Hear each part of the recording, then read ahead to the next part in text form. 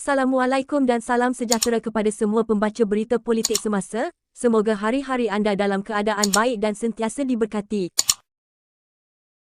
Bahasa menunjukkan bangsa. Peribahasa Melayu yang ringkas namun membawa maksud mendalam, iaitu bahasa dan tutur kata bukan sahaja mencerminkan kepribadian seseorang individu tetapi juga bangsanya. Bahasa juga peranti perpaduan, terutama di sebuah negara berbilang kaum seperti Malaysia ini. Islam sendiri amat menuntut umatnya mengamalkan kesantunan dalam berbahasa agar setiap ilmu dan maklumat yang disampaikan dapat terus ke sanubari penerima. Malah, kesantunan berbahasa juga adalah sebahagian kaedah berdakwah yang diajar oleh Rasulullah SAW. Malangnya, mutakhir ini aspek kesantunan berbahasa bagaikan sudah luput dalam kalangan ahli masyarakat Islam di negara ini, terutama apabila di alam maya. Platform media sosial menjadi medan caci maki, hamburan kata-kata kesat malah pembohongan serta fitnah. Pupuk akhlak Rasulullah dalam diri mengulas isu itu, Menteri di Jabatan Perdana Menteri, Hal Ehwal Agama, dari Muhammad Nam Mokhtar berkata budaya berbahasa kesat serta fitnah di alam siber harus ditangani segera agar tidak terus membarah dan menjangkiti generasi akan datang.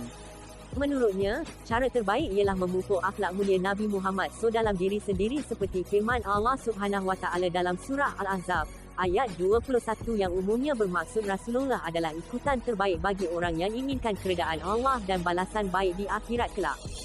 Jelas beliau lagi, dari segi logiknya juga orang akan menjauhi kita sekiranya kita bersikap keras dan berhati kasar yang dicerminkan menerusi penggunaan bahasa yang kesat. Dalam hidup bermasyarakat, ada satu perkara asas yang perlu kita semua fahami dan praktikkan, iaitu memahami orang lain terlebih dahulu sebelum orang lain memahami kita. Allah kurniakan negara ini sebuah nikmat yang mungkin tidak ada di negara lain, iaitu wujud pelbagai kaum dan agama, dan kita perlu menginsafinya dan terus berusaha untuk belajar adat dan budaya orang. Apabila kita duduk dalam lingkungan masyarakat yang unik seperti ini, mahu tidak mahu situasi public engagement itu akan tetap berlaku pada bila-bila masa, dan ini memerlukan kita membuktikan bahawa Islam itu agama yang mementingkan perpaduan dan orang yang bukan Islam akhirnya dapat melihat sendiri keindahan Islam melalui kecantikan akhlak kita, jelasnya ketika ditemui bernama baru-baru ini. Ingat dosa kering menurut Muhammad Naim, umat Islam juga perlu mengingatkan diri mereka bahawa sebarang kata-kata kesat atau bersifat fitnah yang ditularkan di laman sosial akan terus menjadi sumber dosa kepada penulisnya setiap kali kenyataan itu dikongsikan oleh orang lain. Apabila kita menyebarkan sesuatu mengenai seseorang tanpa kita usul periksa terlebih dahulu, ditakuti ia maklumat tidak benar dan akhirnya boleh merosakkan nama baik dan kredibiliti insan yang difitnah sepanjang hidupnya.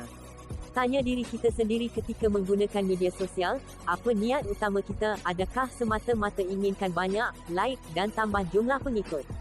Ini tidak betul kerana agama Islam menekankan agar kita sentiasa melakukan tabayyun, pemeriksaan rapi, terhadap sesuatu maklumat sebelum kita menyebarkannya kepada orang lain. Cuba bayangkan jika apa yang kita sebarkan itu sebenarnya hanyalah fitnah, tidak terbukti kesahihannya, dikhawatiri kita mungkin terpaksa menanggung dosa kering ini selagi berita itu terus dikongsi oleh pengguna media sosial yang lain, ujarnya.